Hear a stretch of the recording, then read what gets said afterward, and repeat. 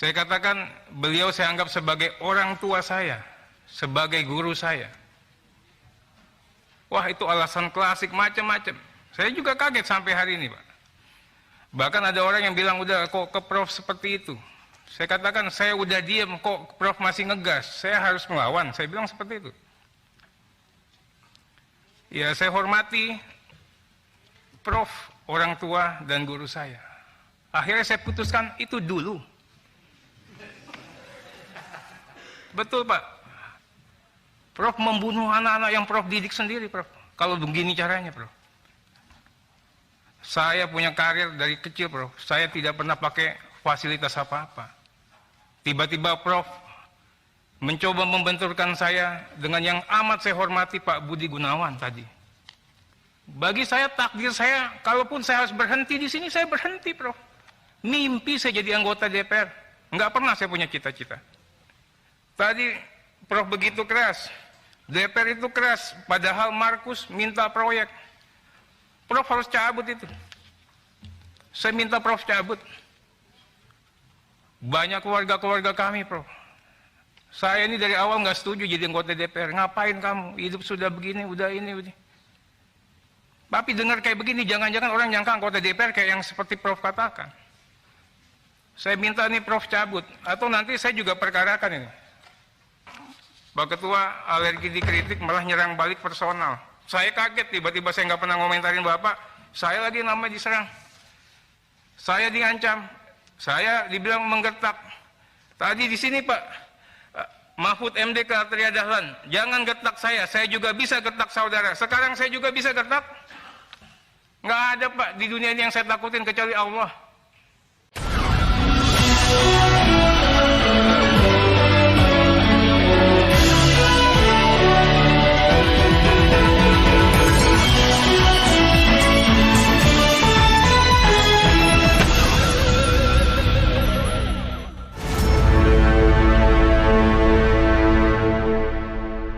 Assalamualaikum warahmatullahi wabarakatuh. Apa kabar? Kembali berjumpa dengan saya, Hersu Beno Arif dari Forum News Network.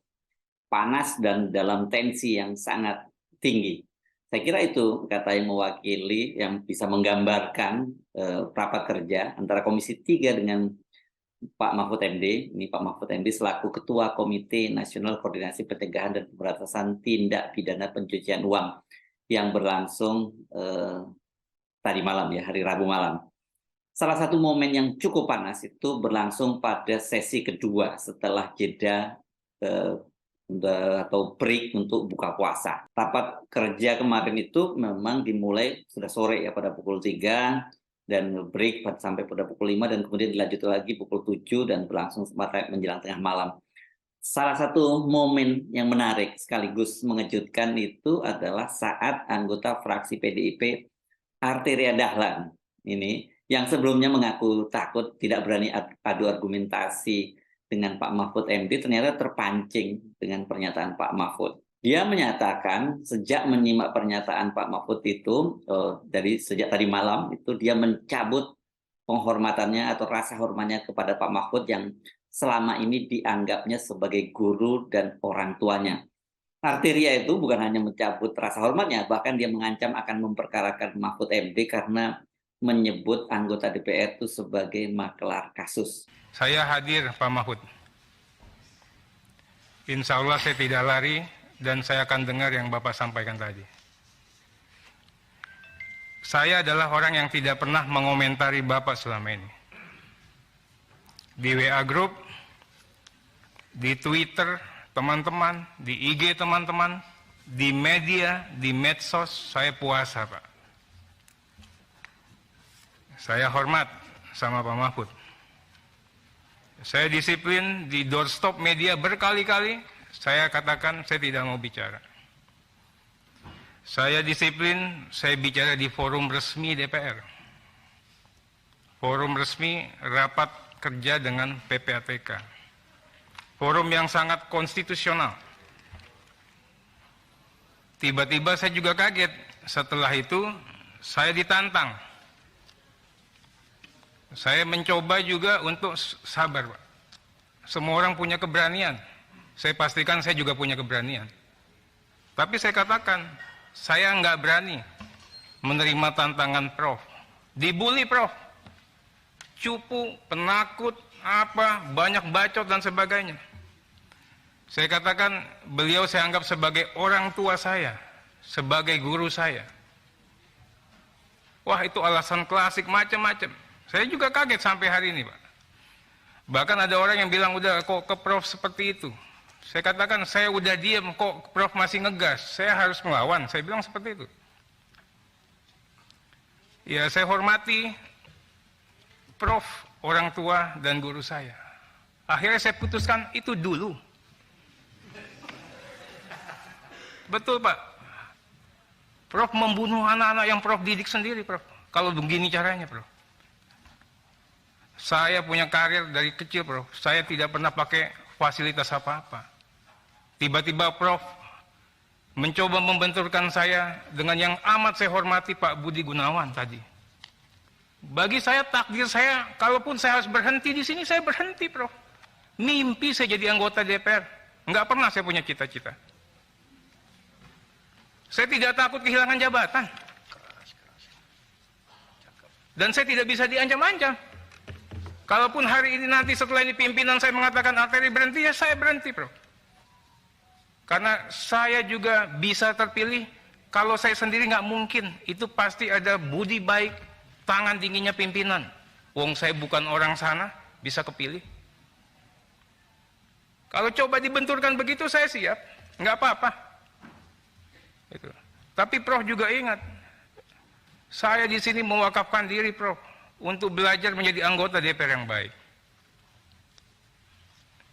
Tadi Prof begitu keras, DPR itu keras, padahal Markus minta proyek. Prof harus cabut itu. Saya minta Prof cabut. Banyak keluarga-keluarga kami, Prof. Saya ini dari awal nggak setuju jadi anggota DPR. Ngapain kamu? Hidup sudah begini, udah ini. Tapi dengar kayak begini, jangan-jangan orang nyangka anggota DPR kayak yang seperti Prof katakan. Saya minta nih Prof cabut, atau nanti saya juga perkarakan ini. Itu loh. Tadi agak sulit, Prof sebagai Ketua Komite Koordinator Nasional Pencegahan TPPU, tapi begitu bicara sebagai Prof yang guru besar, Prof mengatakan, apa yang tidak dilarang berarti boleh dilakukan. Kaget saya. Saya ini bukan guru besar, Prof, tapi S1 saya hukum bisnis, S2 saya hukum tata negara, S3 ini lagi hukum pidana. Nanti saya jelaskan. Ya. Padahal harusnya ada pendekatan, acuan, guideline. Yang diutamakan dahulu apa? Aturan.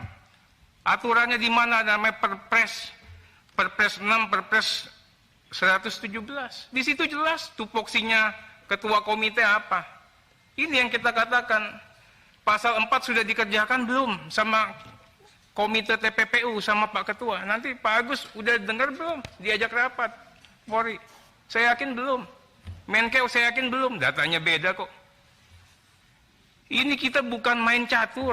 Kita main sepak bola, Prof. Orkestrasi bersama. Negara nggak mungkin hadir kalau sendirian. Kerja keras semua, Prof. Saya ingin katakan gini, Prof. Norma kewenangan. Ini kita bicara norma kewenangan. Jika tidak diatur, berarti tidak berwenang, Prof. Itu setidaknya ilmu hukum yang saya ketahui, Prof. Berbeda dengan norma hukum pidana. Kalau norma hukum pidana, kalau tidak diatur, berarti boleh. Ini hukum yang saya pahami, Prof. Kecuali ada hukum yang lain, di sekolah yang lain saya nggak tahu. Jika di sana ada kewenangan diskresi, Fresh Emerson, dinyatakan dalam undang-undang. Contohnya Polri punya kewenangan diskresi. Di komite ini nggak ada kewenangan diskresi, limitatif kewenangannya. Nah, seandainya itu, dipaksakan juga lah ini. Ukurannya adalah asas-asas umum pemerintahan yang baik, AUPB. Apa acuannya? Asas kemanfaatan. Kemanfaatan itu ketemu nih 349-nya, orangnya dapat. Kalau sekarang kan sampai sekarang 349-nya nggak ada, gaduhnya dapat. Uangnya kembali. Hah? Manfaatnya uangnya kembali. Uangnya kembali kalau Pak Habib. asas non-diskriminatif, dan asas keadilan. Ini ingin saya uji dan analisa nih. Hari ini kita dapatkan itu enggak dari pernyataan yang tanggal 8 itu. Ya. Kemudian saya juga sedih, Prof. Dikatakan bahwa saya menghalang-halangi untuk Bapak mengungkapkan data. Saya, Komisi 3, tidak alergi, tidak enggan untuk membongkar kasus-kasus, Pak. Yang disebutkan tadi abang saya, Pak Misbakun, Emas, kami yang bongkar, Pak. Saya, Pak. Itu. Nggak ada di kita ini yang punya niatan buruk. Di dunia sana, di publik luar sana, di netizen yang katanya netizen yang mendukung Prof, seolah-olah kita dikatakan anti. Makanya Pak Kaba, nanti cybernya jalan, Pak. Yang main itu siapa? Akunnya saya udah tahu semua. Apakah terindikasi dengan pihak-pihak tertentu? Saya mohon nanti dicek. Pastinya kita support. Tapi harus ada cara yang benar. Aturan harus dipenuhi. Sekalipun harus dipenuhi, ada adab dan etika bernegara, Pak. Yang harus kita hormati. Terlepas caranya, kalau caranya saya ada yang keliru, Prof, laporkan saya ke MKD. Laporkanlah, ya kan? Tapi saya juga berusaha untuk disiplin, nggak pernah saya ngomongin Bapak ini saya nggak pernah, itu loh. Tapi kita juga kaget tiba-tiba ada transaksi mencurigakan, indikasi TPPU, kemudian juga ada 300T, kemudian 349T di Kementerian Keuangan, Ditjen Pajak dan Bea Cukai mau narik pajak 31 Maret. Heboh, iya Pak, tadi mengatakan Habibur Rahman seperti petir di siang bolong, Pak. Lulu lantah trust publik. Oke, banyak pendukungnya Prof, banyak netizen mendukung. Tapi juga dihargai orang-orang yang melaporkan kepada kami, Pak. Pegawai-pegawai pajak, pegawai-pegawai Bea Cukai. Bang, saya masih naik motor. Bang, kami tidak korupsi. Bang, kalau yang korupsi ditangkap, Bang, tapi jangan dipukul rata seperti ini. Ini nyampe, Pak, ke sini, Pak. Energi anak bangsa kita semua tersita. Tadi dikatakan enggak, ini kita ini semua saudara. Tapi Prof sudah buka yang seperti itu, digas ya, kita ngegas gitu loh. Ya. Kementerian sudah merana, kita hadir dengan rasa saling hujat. Begitu caranya, itukah yang efektif? Nggak apa-apa. Ya, nggak apa-apa. Kalau dikatakan ini Jiwasraya sudah begini, kita catat, Prof. Coba cek nih di WA Group teman-teman. Pasti sentimennya, mohon maaf, Prof. Sentimennya negatif ke Prof semua di WA Group. Ya, cuman saya doang yang nggak komentar. Hari ini saya komentar. Ya. Kemudian kita bicara mengenai statement, Prof. Statement tanggal 8, bla bla bla bla bla bla. Tiba-tiba ada statement lagi, 349. Tiba-tiba Kementerian Keuangan bilang nggak begini, nggak begono, nggak begini. Gimana kita? Lucunya lagi, ini dalam satu komite, yang satu ketuanya, yang satu sekretarisnya, yang satu anggotanya. Itulah yang saya katakan, negara ini negara lelucon. Kita bertiga aja nggak kompak. Udah nggak kompak, keluar duluan ke publik. Itu loh. Ini saya ingin katakan ini Pak PPATK, ya. Ini data ini benar nggak? Respons Kementerian Keuangan yang official. Kalau nggak benar Anda tanggapin sebelum ke sini. Ini yang saya katakan, negara ini nggak boleh jadi bahan lelucon. Orang ketawa semua. Udah ada 2 hari yang lalu penjelasan Kemenkeu, Ibu Sri Mulyani. Kalau nggak benar 3,3 Anda jelasin. Itu loh. Jangan seperti tadi keluar data yang seperti ini, Prof puja-puji Menteri Keuangan. Tapi kalau kita cermatin, apa datanya Kementerian Keuangan salah? Menterinya dipuji-puji. Tapi katanya apa? Data Kemenkeu salah. Itu loh. Ini kita bernegara. Itu. Kemenkeu, Sri Mulyani itu satu badan, Pak. Itu yang satu orangnya dipuji-puji, kementeriannya berarti ada yang masalah. Wah, itulah kesimpulan kita. Itulah kesimpulan yang paling baik bernegara, Pak. Wah, nggak usah repot-repot, korbankan saja yang ini, yang ininya enggak. Lupa kita, ada pucuk pimpinan tertinggi yang harus bertanggung jawab juga. Tapi buru-buru. Saya masih berkata, kebenaran itu mungkin saja ada pada Ibu Sri Mulyani, Pak PPATK. Karena kita tahu rekam jejak beliau. Makanya saya ingin katakan, ada 3 data ini. Sudah dikonfrontir belum satu sama yang lain? Pak Ketua, nanyain ke Kemenkeu, ya kan? Sebenarnya, ya Pak Ketua ini harusnya koordinasi dulu sebelum mengungkapkan ke publik, Pak. Kalau Bapak mengatakan, oke, kami keliru, kita selesai, Pak. Tapi malah, mohon maaf, Pak Ketua alergi dikritik, malah nyerang balik personal. Saya kaget, tiba-tiba saya nggak pernah ngomentarin Bapak, saya lagi namanya diserang. Saya diancam, saya dibilang menggertak. Tadi di sini, Pak, Mahfud MD ke Atria Dahlan, jangan gertak saya juga bisa gertak saudara. Sekarang saya juga bisa gertak. Nggak ada, Pak, di dunia ini yang saya takutin kecuali Allah. Nggak ada. Prof juga ngajarin saya, nggak pernah takut, Pak. Kalau memang hari ini hari terakhir saya, Pak, saya siap. Saya mewakafkan diri kepada rakyat, Pak. Itu loh. Nggak apa-apa, saya bilang begitu, Pak. Berikutnya, kita bicara lagi mengenai apa yang disampaikan Pak Misbakun. Barang belum jelas sudah dipublis. Itu. Datanya yakin tidak sama, padahal dalam satu kementerian. Bagaimana nanti? Tiba-tiba penonton mengatakan, gol, tepuk tangan semua. Hakimnya bilang, print offside. Nggak ada itu 349. Padahal Kementerian Keuangan udah mati nih. Namanya udah jelek. Itu loh. Oh, ternyata ada cuman 3,3 atau 35 triliun. Wah, ada main-main nih. Penegak hukum, DPR, kong kali kong. Ini dipikirin, Prof. Makanya, Saudara Ivan, ya, LHA itu apa? Ya, pahami betul. Kenapa kami merahasiakan LHA? LHA itu hanya bahan mentah, informasi transaksi keuangan yang harus lagi dianalisa, dikaji lagi, diteliti lagi, baru lead, baru dik. Kalau ada ini bisa penuntut umum ditetapkan TPPU oleh hakim, bukan oleh ketua komite. Oh, Atria Dahlan tidak setuju dengan pemberantasan korupsi TPPU dan sebagainya. Bukan, jangan dipelesetkan seperti itu. Kami ingin menegakkan hukum. Kadang menegakkan hukum cenderung tidak populer. Saya mewakafkan diri untuk tidak populer. Sekarang ini tidak ada kesimpulan, Pak Ketua. Prof tidak bisa membuktikan bahwa datanya benar.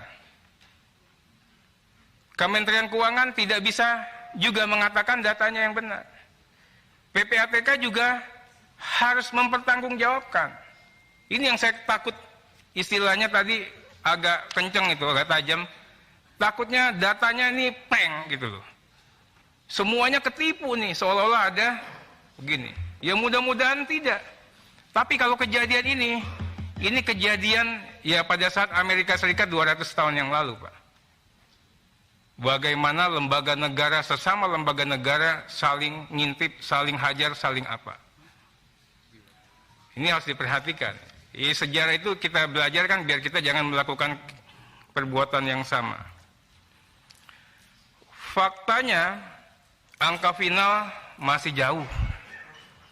Tadi saya sepakat, Pak Ketua, komite ditugaskan dulu untuk rapat membawa hasil final versinya komite. Yang salah, nyatakan salah. Lapor ke publik, mohon maaf saya salah. Misalnya Bu Sri Mulyani salah. Misalnya Pak Ketua komite salah, mohon maaf. Nggak masalah, Pak, mohon maaf itu. Halal, mulia itu. Ya kan? Tapi jangan kami yang diserang balik. Nah sekarang saya nanya PPATK. Ya, ini yakin data final Apa ada data tambahan nggak? Apa ada perubahan nggak? Bagaimana kalau ada klarifikasi lagi? Mengubah pendapat saudara nggak di LHA? Ini satu badan nggak begini kerjanya. Kemudian Pak Ketua, saya ingin tanyakan, ini di komite ini pernah ada rapat nggak?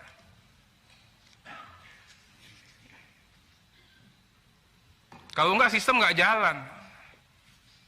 Kita tidak bisa mengatakan kita orang benar kalau produk kita tidak melakukan melalui suatu sistem yang benar. Bapak ngomong macam-macam DPR bla bla bla bla bla bla bla bla. Tapi kalau produknya yang di sana juga nggak benar, ya mohon maaf Pak. Kita ini serupa dan sebangun. Tapi kami berusaha untuk menjadi orang benar Pak, walaupun dihujat dan dibully Pak. Kita berusaha menjadi orang benar. Nah kami mohon Pak Ketua, pertanggungjawaban juga itu tugas-tugas yang diberikan kepada Pak Mahfud sebagai ketua komite. Ada pasal 4 dibaca itu Pak. Nah gampang, saya tinggal ngecek. Pak Kaba dilibatin nggak? Coba Pak Kaba. Nanti aja. Nanti. Ya. Kenapa data 2009 2023? Ini ganjil bagi saya Pak. PPATK dari 2002. Makanya saya katakan, apa motifnya? Kenapa ditarik pada tahun itu? Saya mau tahu. Tadi 2015-2016 bisa direspon. Kok pada saat mau tahun-tahun begini, bukan tahun-tahun pemilu lah nanti bilang ini. Baru kita dibongkar lagi. Prof, Pak Mahfud ini dibesarkan di rumah ini Pak. Bagi saya suatu kebanggaan Pak. Saya menjadi anggota DPR. Banyak belajar Pak. Tapi tadi saya jujur kaget, Prof banyak menegasikan kami di medsos juga membuat landai semua. Ya memang saya katakan, saya sedih, saya kecewa, saya prihatin. Saya menjalankan tugas secara apa adanya, lantang. Mungkin saja banyak yang mengatakan berani. Saya kemarin, Pak Ivan, saya ancam saudara nggak?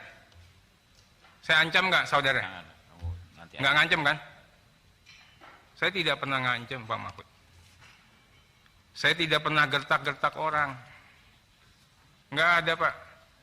Bagi saya, bapak-bapak boleh tanyain mitra-mitra saya, teman-teman di kepolisian.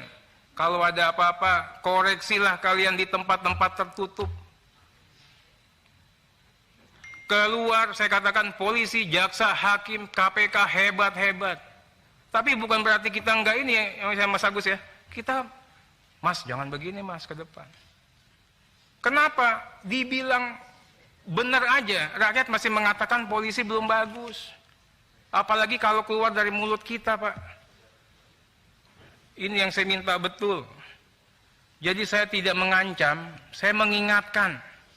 Tapi kalau tafsirnya merasa diancam, ditantang, atau merasa digetak, ya nggak apa-apa lah. Yang jelas saya juga tidak takut ancaman, takut gertakan, Pak. Sayang, Prof, saya ini kadernya Prof. Kader, Pak. Tapi Prof, mohon maaf Prof, saya kecewa sama Prof. Kemudian, saya ingin sampaikan seperti ini, Pak. Tadi dikatakan lagi Pak, DPR ini kalau datang meriksa seperti polisi periksa copet. Emang polisi kalau meriksa begitu? Itu juga bahaya loh Prof. Polisi, emang jadi polisi nggak benar? Emang DPR nggak benar? Ini semua live. Nggak ada Pak. Kita tempatkan semua pihak pada posisi yang terhormat. Ya saya minta yang kemarin juga ada isu saya dikeroyok, nggak ada yang keroyok. Itu putar video Sambo itu. Semua statement Pak Mahfud dari awal, ya saya mohon juga nanti diputarin lagi. Ya, yang penghormatan itu ada pada DPR kah atau ada pada Pak Mahfud? Apalagi tadi yang pertama itu Pak.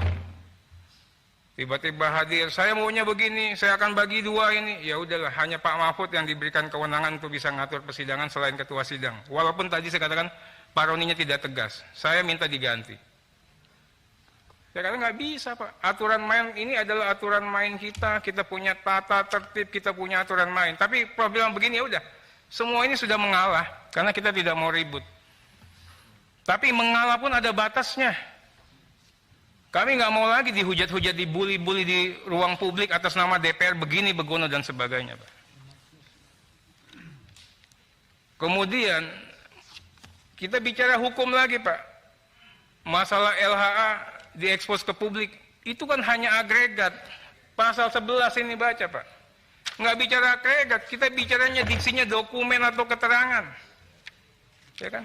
Satu diksi kata pun nggak boleh keluar. Ini menurut tafsir hukum yang saya pelajari. Tapi saya tidak ngancem Ivan. Saya tidak ngancem Pak Mahfud. Saya hanya mengingatkan. Apa yang saya ingatkan, DPR ini tahu semua dosa-dosa orang, Pak. Tadi kalau main intip-intipan dosa nggak apa-apa. Pak JB mengatakan, kita ini datang juga udah siap tempur. Saya tahu lah, mungkin saja saya di TO. Ya kan, kita juga sudah siap, sama-sama cari dosa.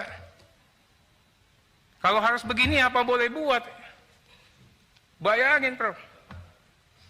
Prof punya kader sama-sama ngintip dosa jadinya. Iya kan? Nggak ada yang sempurna kita ini. Saya udah lama juga jadi pengacara dan persidangan di tempatnya Prof juga. Saya tahu, Pak. Gitu. Tapi saya tidak pernah mau ngancem-ngancem, Pak. Nah, saya juga ingin sampaikan mengenai bicara akurasi, Pak. Ya, saya minta Prof kayak tadi bicara ini anggota DPR yang Markus mana periode yang lalu. Ya nggak apa-apa, berarti periode yang lalu saya keberatan. Nanti saya bilang saya akan keberatan periode yang lalu kita Markus. Kalau Pak Beni nggak keberatan nggak apa-apa. Mungkin Pak Beni merasa emang ada Markus. Ya nggak apa-apa kalau saya keberatan. Itu dulu, ya kan nggak apa-apa. Ntar dulu jangan dibantah sebentar. Ini kita bicara akurasi. Nggak, saya interupsi. Nggak, sebentar. Nah, ini ada undang-undang ini. Iya sebentar. Nggak, saya interupsi. Nggak, sebentar saya ngomong dulu. Tidak, saya interupsi. Nggak, saya ngomong dulu. Ntar dulu. Ron, kasih gua dulu, Ron. Tolong nama saya disebut itu, Pak. Kasih dulu. Tolong saya dulu. Sebentar. Nah, di sini interupsi boleh, manakala nama seseorang disebut. Dan nama saya. Iya, udah ntar dulu ya. Oke. Bukan, Pak. Tolong. Nanti diklarifikasi aja. Nanti undang-undang ini. Ya, makanya dengerin, kan saya bilang, Pak nama Beni. saya disebut. Iya mungkin saja kalau ada zamannya Pak Beni ada Markus, kan bukan saya nulis Bapak. Kecuali kalau nama saya tidak disebut. Mohon Pak Ketua. Oke, sekarang gini. Soal itu, Pak. Dalam aturan tatib. Ini Beni ngapain nih? Silakan Pak Beni kalau mau interupsi, Pak. Pak Beni nih? Ya, saya tidak membantah apa yang Anda katakan, tetapi nama saya disebut seolah-olah saya diam dan membenarkan itu. Itu yang saya tidak setuju. Ya, sebetulnya saya merasa rapat kita ini belum selesai. Dan saya siapkan cadangkan waktu untuk bahas soal ini. Saya sangat tidak setuju Pak Mahfud ngomong soal DPR kali lalu. Sangat saya tidak setuju. Dan jangan lupa juga, selama Pak Mahfud jadi ketua MK, hakim MK selama beliau masuk bui. Jangan dong, selalu kalau begitu kita katakan hakim MK juga calo. Pak Mahfud juga calo. Jangan dong. Jaga martabat. Saya juga sakit hati. Saya juga sedih. Saya juga tahu Pak Mahfud. Tadi kan saya sudah ngomong. Saya tahu Pak Mahfud siapa. Dulu. Saya ngomong jelas toh. Kalau ngomong dosa semua jangan dong. Mau buka kita semua? Mau saya buka? Terima kasih. Oke, terima kasih. Mungkin Pak Arteria bisa klarifikasi dengan Pak Beni secara langsung di sini supaya Udah tidak saya- ada. Makanya ketua dengerin ini saya irama ini. Iya, iya, Sama iya. Pak Beni Makanya irama. supaya interaksinya jangan akhirnya personal anggota yang merasa. Nggak apa-apa, Oke. karena yang Terima mulai kasih. kan dari Pak Mahfud. Iya. Enggak, itu lain nanti kita jelas. Silakan Pak Arteria. Iya. Pak Roni pahami alur pembicaraan Pak Roni. Ya. Kemudian kita bicara akurasi Pak. Tadi Bapak mengatakan saya begini karena si RAT sudah tersangka. Pak Misbakun, RAT tersangka nggak? Belum Pak. Itu aja sudah keliru Pak. Ya. Ya. Ya, bukan. Bukan, itu kan karena alasan itu kan tadi kan. Tidak salah. Nah kemudian pemahaman terhadap TPPU, oke lah, Bapak ini guru besar nggak apa-apa Pak. Tapi izinkan kami juga punya keyakinan terkait dengan pemahaman atas TPPU, pencucian uang dan sebagainya. Itu loh. Nah saya minta bicaranya harus fokus, berani sejak dalam pemikiran untuk mengatakan kebenaran. Yang saya lakukan nggak pernah Bro. PPATK tidak boleh lapor, tidak boleh mempermasalahkan kepada publik. Pernah Pak Ivan? Nah, nggak pernah kan? Saya yang lurus-lurus saja Pak. Tidak juga Pak Menko tidak boleh lapor ke publik Pak. Saya minta nanti video-video saya diputar lah itu. Yang saya lakukan, saya melakukan fungsi pengawasan Pak. Itulah salah satu kehormatan DPR punya fungsi pengawasan. Saya mengingatkan melalui pasal 11. Jadi saya tidak pernah menggertak, mengancam. Bapak kan orang hukum, definisi pengancaman itu apa tahu itu. Ya. Saya dengar tadi Pak Mahfud mengatakan saya menghalang-halangi penyidikan. Mana penyidikannya Pak? Ini belum ada penyidikan di sini Pak. Seandainya memang sudah penyidikan, apakah perbuatan saya di forum ini termasuk menghalang-halangi penyidikan? Kita sekaligus sekolah hukum sama-sama lagi nih. Kalau memang modelnya seperti itu. Bapak mengatakan saya sama seperti Pak Fredrik. Waduh. Pak, makin Bapak ancam, saya makin semangat. Saya makin semangat Pak. Saya baru ngelihat ternyata, oh Pak Mahfud modelnya seperti ini Pak. Iya. Makin Bapak lapor ke atasan, ke pimpinan saya makin semangat. Resiko terburuknya saya dipecat, Pak. Tapi saya dipecat dengan terhormat pada saya memperjuangkan kebenaran, Pak. Yang saya yakini setidaknya. Nggak apa-apa, saya terhormat. Nanti laporin aja. Nggak apa-apa, Pak. Kalau model mainnya seperti itu. Ya, Pak. Setiap orang, Pak, ada noda hitam. Itu Allah lah yang menjaga itu, Pak. Kita diberikan kehormatan, diberikan kemuliaan. Kita satu iman. Bapak punya Al-Imran 26-27, Pak. Jadi jangan sekali-kali kita mainkan itu, Pak. Bapak koordinator, punya polisi, punya apa, punya ini semua. Bisa TO-in arteri? Bisa, Pak. Tapi azab Allah akan tiba, Pak. Santai. Betul, Pak. Nggak boleh. Sekarang Bapak berkuasa, nggak apa-apa. Ini yang saya katakan, Pak.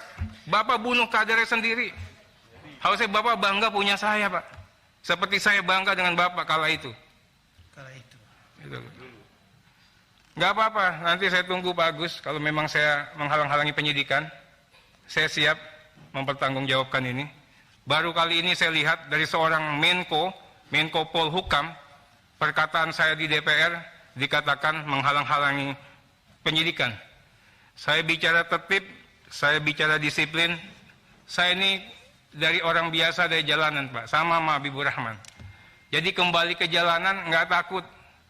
Apalagi sekarang udah pegang uang sedikit ya, Bib. Dulu aja kita nggak punya duit, dikejar-kejar orang berani, Pak. Miskin udah di tangan. Ya.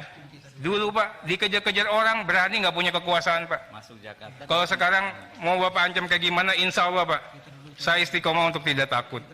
Ya, Pak, ya. Semoga Bapak bisa buktikan 349 ini, dan saya tunggu jawabannya. Mengapa Arteria terlihat begitu emosi sampai dia mencabut rasa hormatnya, penghormatannya kepada Pak Mahfud MD? Pada sesi awal, ketika menyampaikan keterangannya, Pak Mahfud MD itu memang membagi dua dua babak ya keterangannya. Pertama, dia rupanya menanggapi pernyataan-pernyataan 3 orang yang sebelumnya ditantangnya, yakni Arteria Dahlan, Beni Kaharman, dan Arsul Sani ya. Arteria ini dari PDIP, Arsul Sani itu dari P3, dan Beni Kaharman ini dari fraksi Demokrat.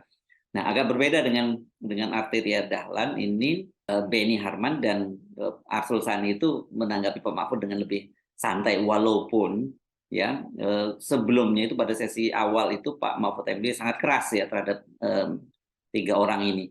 Nah, pada Arteria Dahlan, Pak Mahfud itu mengartikan pernyataan Arteria Dahlan sebelumnya dalam rapat kerja dengan Kepala PPATK yang berlangsung tanggal 21 Maret lalu itu dianggap telah menggertak Pak Mahfud, karena pada waktu itu kan Arteria Dahlan menyatakan bahwa Pak Mahfud itu melanggar undang-undang dan bisa dipidanakan. Mari kita simak bagaimana pernyataan Pak Mahfud MD ini yang kemudian memancing emosi dari Arteria Dahlan. Pak Arteria, wah katanya, ini bisa diancam dengan ancaman hukuman pidana 4 tahun. Karena itu lalu terpancing si Boyamin itu ngelaporin betul.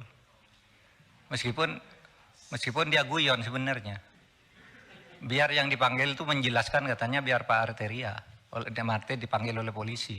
Karena ada laporan, lalu apa salahnya? Itu kata si Pak Boyamin. Begini, saudara, apa dasarnya melapor ke ketua? Loh, saya ketua, jadi dia boleh lapor, boleh saya minta. Loh, kamu kan ke Pak Harto, ke Pak Presiden, kenapa lapor ketua? Ya memang kenapa saya ketua diangkat oleh Presiden, ada SK-nya. Terus untuk apa ada ketua, ada komite? Kalau tidak lapor, kalau saya tidak boleh tahu, itu satu, ya. Itu bisa dihukum 10 tahun. Beranikah saudara Arteria bilang begitu kepada Kepala BIN, Pak Budi Gunawan? Pak Budi Gunawan tuh anak buah langsung presiden. Anak buah langsung presiden dia. Bertanggung jawab presiden, bukan anak buahnya Menko Polhukam. Tapi setiap minggu laporan kayak ini resmi, info intelijen kepada Menko Polhukam. Coba saudara bilang ke Pak Budi Gunawan, Pak Budi Gunawan, menurut Undang-Undang BIN bisa diancam 10 tahun penjara, berani enggak? Menurut pasal 44. Kan persis yang saudara baca kepada saya, bahwa kalau menyampaikan ke Menko Polhukam 10 tahun Pak BIN nyampaikan, bukan ke Presiden, tapi ke saya nih. Ini bulan Maret ada nih. Kok terus enggak boleh gimana? Apa gunanya ada? Dan ini penting saudara. Karena apa? Ya. Karena saya bekerja berdasar info intelijen. Misalnya ada kayak gini, saya enggak bocorkan di sana, tapi tahu besok akan ada demo di sana. Kekuatannya sekian orang, korlapnya ini. Kekuatan polisi yang diperlukan segini. Sehingga saya enggak perlu rapat, kecil. Oh ini serius. Itu info intelijen, masa saya enggak boleh ngomongkan gitu? Tiap malam saya dengan Pak Budi Gunawan nih di WA saya nih, info intelijen, Pak besok nampaknya ada demo di sana Pak. Oh iya Pak, sudah itu korlapnya ini kekuatannya segini aja Pak. Cuma cukup di Polsek, cukup di Polres atau harus di Mabes. Kalau sudah perlu Mabes, saya undang rapat. Dan itu info intelijen, masa enggak boleh? Lalu mau dihukum 10 tahun, Pak Budi Gunawan, tugas dia bukan wahan Menko Polhukam, tapi selalu ngelapor resmi malahan kepada saya. Ya. Nah oleh sebab itu, saudara, dan ini sudah lakukan banyak nih. Kok saudara baru ribut sekarang? Ini umumkan dan saudara diem aja sejak dulu nih. Kita yang mengumumkan kasus Indosuria.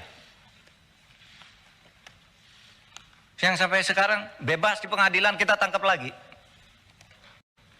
Karena kasusnya banyak. Itu kan PPATK, kok baru ribut soal ini? Lukas NMB, ketika ditersangka ngamuk-ngamuk, rakyatnya turun, saya panggil PPATK, umumkan, uangnya di freeze. Kalau tidak begitu, Anda bisa ditangkap dia. Kita tahu dari Mbak Intelkam Polri misalnya, itu gimana di Papua? Menurut Intel, Pak, nasinya, cateringnya setiap hari turun. Itu sudah tidak ada kekuatannya. Itu kan Intel, masa tidak boleh? Nah, oleh sebab itu, saudara, jangan gertak-gertak. Saya bisa gertak juga, saudara. Bisa dihukum menghalang-halangi penyidikan penegakan hukum. Iya. Dan ini sudah ada yang dihukum 7 tahun setengah. Namanya Verdik Yunandi. Ya kerja-kerja kayak saudara itu. Orang mau mengungkap, dihantam. Mengungkap, dihantam. Ingat kan? Itu. Saya bisa. Saudara menghalang-halangi penegakan hukum. Itu Verdik Yunandi. Masih ada itu. Saya sama saudara kan kerjanya dengan Februari. Melindungi Setia Novanto kan. Nggak boleh dia ini. Lalu laporkan orang, semua orang dilaporin sama dia. Ya kita bilang ke KPK itu menghalang-halangi penyidikan. Menghalang-halangi penegakan hukum. Tangkap. Jadi jangan main ancam-ancam begitu. Kita nih sama saudara. Nah, kalau sudah begini, kelihatannya isu dugaan tidak pidana pencucian uang 349 triliun di Kementerian Keuangan ini telah menjadi personal ya, antara Pak Mahfud MD dengan sejumlah anggota Komisi 3, khususnya Arteria Dahlan. Apalagi tadi Arteria kan menyebut-nyebut bahwa dia lebih percaya kepada keterangan dari Ibu Sri Mulyani, Menteri Keuangan Sri Mulyani. Karena kata dia, tentu saja ini maksudnya dibandingkan keterangan dari Kepala PPATK dan Pak Mahfud MD, karena rekam jejak Ibu Sri Mulyani itu cukup jelas ya. Karena ini memang dalam rapat kemarin itu kemudian Pak Mahfud dan PPATK ini seolah-olah bukan seolah-olah ya, menyampaikan data yang berbeda sekali dengan apa yang disampaikan oleh Ibu Sri Mulyani yang ketika melakukan rapat kerja dengan Komisi 11 yang berlangsung hari Senin, 2 hari sebelumnya ya. Bagaimana kelanjutannya? Nah, tampaknya drama dugaan tidak pidana pencucian uang di Kementerian Keuangan ini masih akan berlanjut karena selain saling ancam, beberapa anggota Komisi 3 merekomendasikan agar menghadirkan Menteri Keuangan Sri Mulyani bersama Pak Mahfud MD sehingga bisa di cross check data siapa sesungguhnya yang benar. Selain agar dipertemukan antara Ibu Sri Mulyani bersama Pak Mahfud MD dan Kepala PPATK, banyak juga yang anggota yang mendorong agar lebih transparan, lebih jelas persoalan ini, yakni dibentuk semacam pansus atau panitia khusus. Jadi makin seru, jadi saya bersiap-siap tetap gelar tikar ya, masih panjang ini, kelihatannya akan ada episode berikutnya. Saya Hersman Arif dari Forum News Network. Sampai jumpa lagi. Wassalamualaikum warahmatullahi wabarakatuh.